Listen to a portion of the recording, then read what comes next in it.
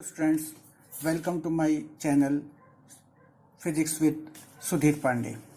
Today we'll discuss about the new topic of the conductors and the insulators. Already we have discussed about the electric potential. Now come to the point, conductors and the insulators.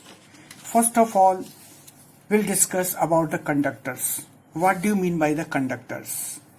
Conductors are those substances in which charge can flow from one place to another place easily. Okay, like the example, all the metals are the conductors, and the electrolytes, human body also, and the animals, it is again a body, and the earth, etc. Okay, it is the earth, etc. These are the examples of the conductors. Now you should know about the free and the bound charges inside the conductors also.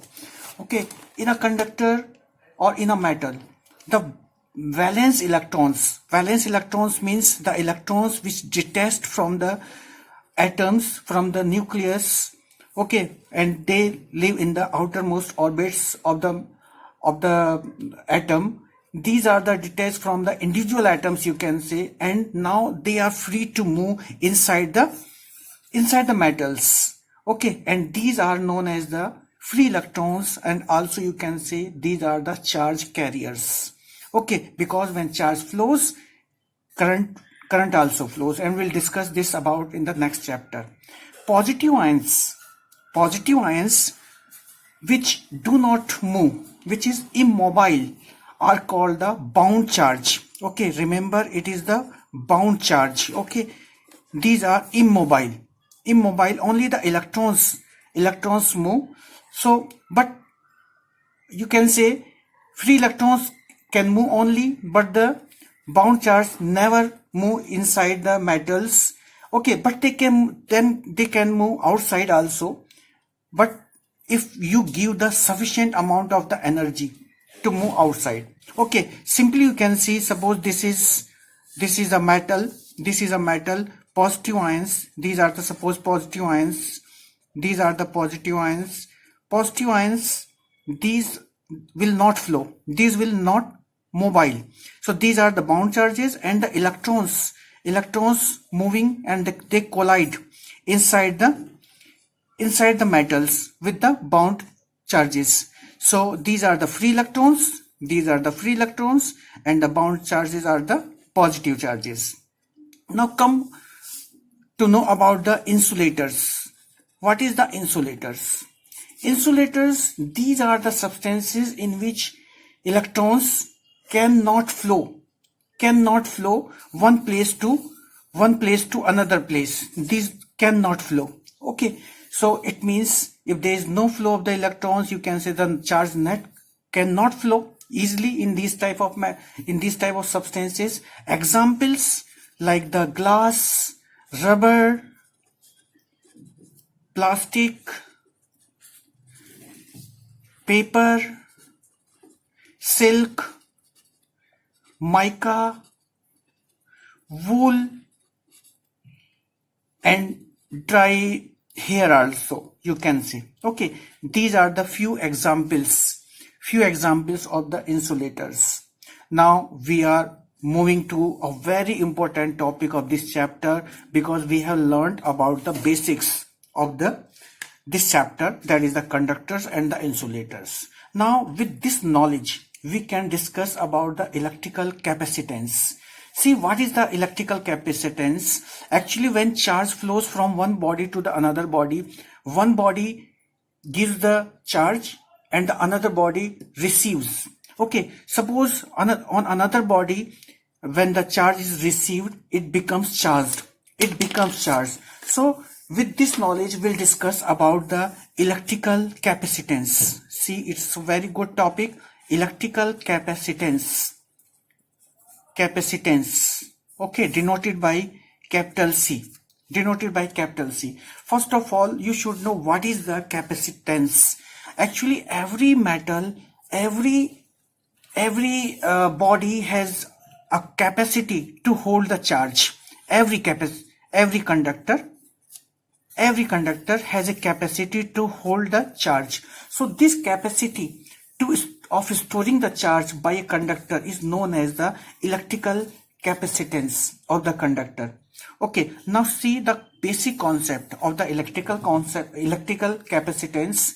You know, when suppose some charge is brought from infinity or from another point, we have to do work. So why? Because we always assume that we bring the unit positive charge. Unit positive charge means the positive. So when the positive charge will come to the another with near to the another positive charge, we have to do work. Why we will do the work? Due to the force of repulsion, because the positive will repel to each other. So when we bring this charge, we have to do work, and this work will be stored as a energy in the system, and this charge which will store here will rise the potential difference also, because potential difference is equal to W upon Q. More work, more potential. So you can see that more charge is always directly proportional to the potential difference. Okay, more charge brought and the more potential difference will rise at that place, at that point. So simply you can say Q directly proportional to V, or Q is equal to CV. Okay, and this C is a proportionality constant, and it is called the electrical capacitance. Okay, so it is a constant, it is the property of the conductor. Now you should also know, and we'll discuss in the next topic also, the magnitude of C. The magnitude of C depends on three factors. So see what are the factors on which the C or the capacitance depends. First factor is that the size and shape of the conductors. Shape and the size of the conductor. More shape means the more charge it can hold, it can store. Okay, more charge it can hold. Second, the nature, or you can say the permittivity of the medium around the conductor. Only the charge can flow and it will come on the surface, or it depends on the permittivity or the nature of the medium. And the third, first was the size and shape. Second is the permittivity, nature or permittivity. Already we have discussed in the first chapter, Coulomb's law, permittivity of the medium. Okay, of the medium. And the third is the presence of the other conductors in the neighborhood. Okay, if the another charge is present there, obviously it will also charged. Another conductor will charge. So obviously the total amount of the charge will be less in that case if some other conductors are near this conductor. Okay, so these are the three factors on which it depends. Now we can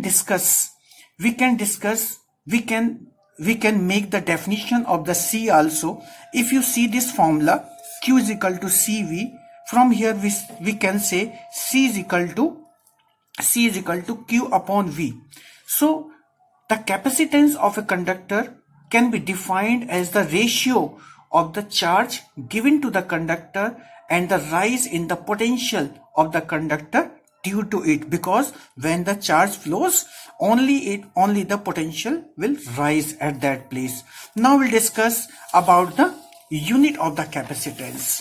Okay, unit of capacitance, to find it, see the formula as we have discussed. C is equal to Q upon V, C upon QV, and the unit of the C, you can say here, it is the coulomb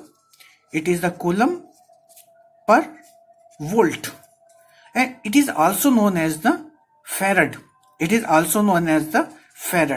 Okay, farad, and the unit and the symbol is the F. So you can say the 1 farad is equal to 1 coulomb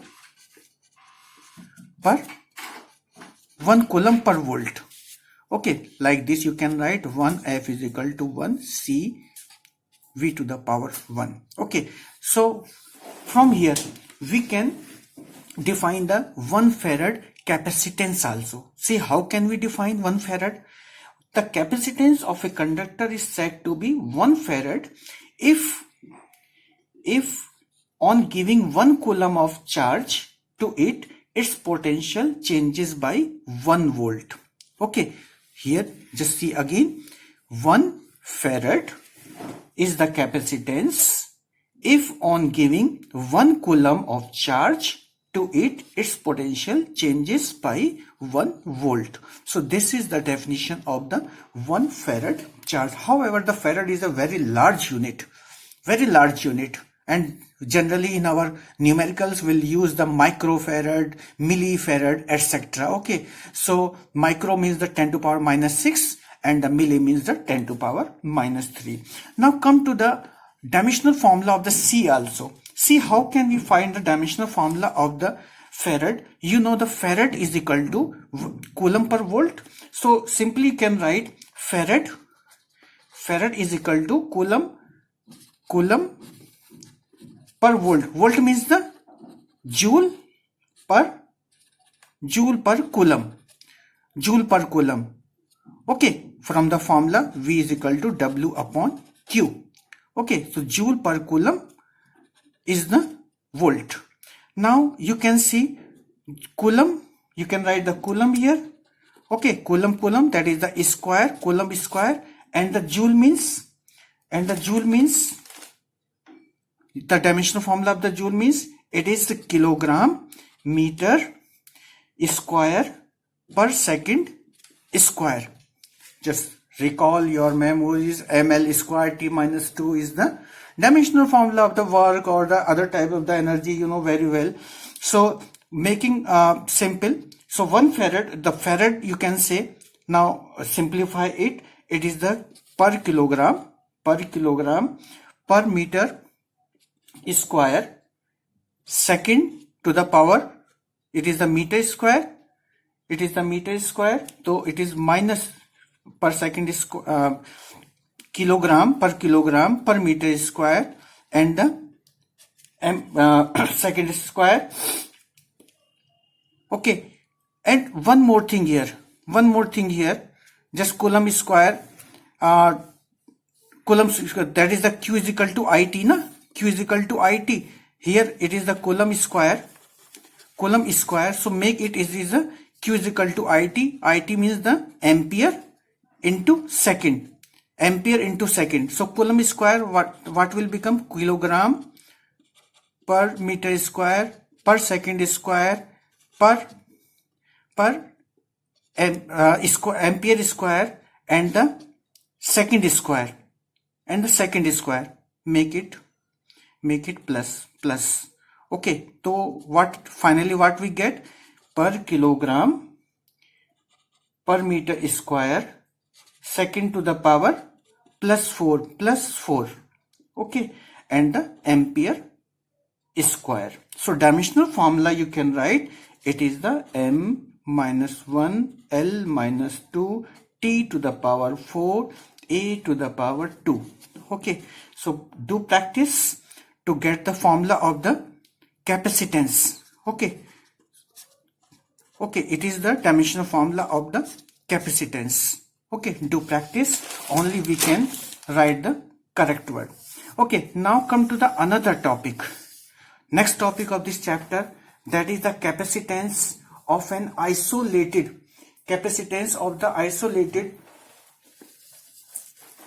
spherical conductor. Okay, to find this formula,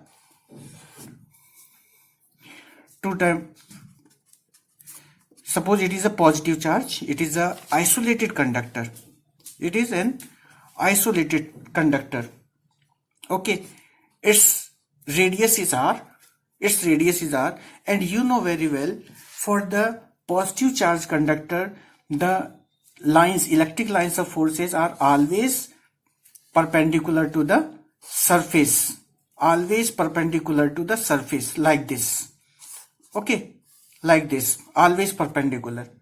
Okay, so now to get a formula of the capacitance, you know it will be assumed that the plus q charge is spread here when we give the charge on the body, to its surface, it will spread over the surface, and we can assume the plus q charge to be concentrated at the center of the spherical conductor.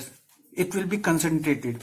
Okay, now the potential at the surface of this conductor, you know very well, it is the V is equal to 1 upon 4 pi epsilon naught Q upon R. Okay, is it clear? So that's therefore the capacitance is equal to, which is given by Q upon V. Okay, now put the V here.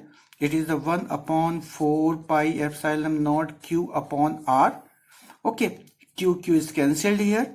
So C is equal to 4 pi epsilon naught R. Okay, this is the formula of the electrical capacitance of an isolated spherical conductor. Now from this formula, it is very much clear. It is very much clear that 2 points we can conclude. 2 points, that the C is always directly proportional to the radius of the conductor. Radius of the conductor, it is always directly proportional. It means if you draw a graph between the R and the C, it is always a parallel. It is always a straight line. Okay. So this is a relation between the C and R, because 4 pi epsilon naught is a constant value. Now in second case, suppose if you take K is equal to some value, suppose there is a medium of dielectric constant K. In that case, you may write C is equal to 4 pi epsilon naught K R also. Okay, you can write. This is the formula in case when the some insulating medium is there, then the formula is C is equal to 4 pi epsilon naught K R. Okay, now on the basis of this this knowledge, we can discuss about the capacitor. Okay, so now try to understand what is the capacitor. Okay, capacitor means it is a simple arrangement. Okay, simple arrangement. Suppose these are the two conductors. So okay, these are the two conductors. This is the conductor 1, this is the conductor 2. So, and in between there is some insulated. There is some you can say the insulated medium. Okay, in between. Insulated medium. Okay, in between. Okay, this is the first conductor. Suppose it gets positive charge. Obviously, this second conductor will get the negative charge. Okay, both will be charged. So this is the first conductor, second conductor, and this is also known as the first plate. Okay, it is also known as the first plate, and it is known as the second plate. Okay, we say sometimes it is the plate also, or sometimes it is the conductors. Okay, so now the charge holes. These are separated by a small distance. So simply we say the capacitor is an arrangement of two conductors in such a way that its capacitance can be increased without changing the shape of a conductor, so that more charge can be stored. More charge can be stored. We make some arrangement so that the maximum charge can be stored on these conductors. Now how we make the arrangement, we should also know. So we make generally in practice we have two plates of area A, and they are kept at a very small distance. Okay, and some medium always placed in between, and always remember, for the capacitors the charges on the both plates are of opposite nature, that is plus suppose, and second will be negative. Okay, second will be negative. So remember, for a capacitor the two conductors must be there of any shape and size, but they should be separated by some insulated medium and have equal and opposite charge. Now you should also know कि what are the factors on which the capacitance depends. Okay, so remember, it's very good question. So factors on which the capacitance depends of a capacitor in our practice. First is the area of the plate, that is the capital A. It is always directly proportional to area. It means by increasing the area, more charge will be stored on the plate. So capacitance will be more for large area of the plate. And the second is the distance. This distance between the plates, and it is always inversely proportional. More distance means less amount of the charge will be stored. Less amount of the charge will travel to store on the another place. So it is always inversely proportional. It means that by decreasing the D, C will be more. Okay, it will increase. Now see the third factor on which it depends. It is the medium. Okay, if the dielectric constant, if we introduce a dielectric material between the plates of the more dielectric constant, certainly the capacitance of the capacitor will increase.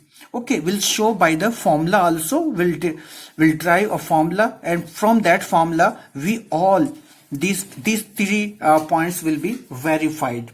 Okay, one more point you should remember always for the capacitor, that the total net charge on any capacitor will always be zero, because these charges plus Q minus Q, these are always equal and opposite. So net charge is always zero. Okay, remember, for a given capacitor. And second thing, every conductor can be considered as a capacitor whose second plate is at infinity. You can assume that the second plate is at infinity. So there are two plates, and in between some materials or the air is there. So that's why we can consider every plate, every conductor as a capacitor also. One more important point, the capacitor is represented by, the C is the letter by which we represent the capacitance. But in electrical circuit, how we represent the capacitor, it is by the two parallel lines like this. Okay, or sometimes it is also like this. Okay, these are the symbols of the capacitor. Okay, if we have a capacitor of the variable capacitance, whose magnitude of C can be changed, so we show like this. Okay, it is the variable capacitor of the variable capacitance. Okay, so these are the symbols in the electrical circuit. Now today we have discussed the basics of the capacitance, and in next video we'll discuss about the parallel plate capacitors, and when some dielectric material is placed between the two plates, then what will be the effect of the capacitance. And there are some more topics in this chapter we have to discuss, but up to this topic we can say that is the capacitance. We have learned about the basics.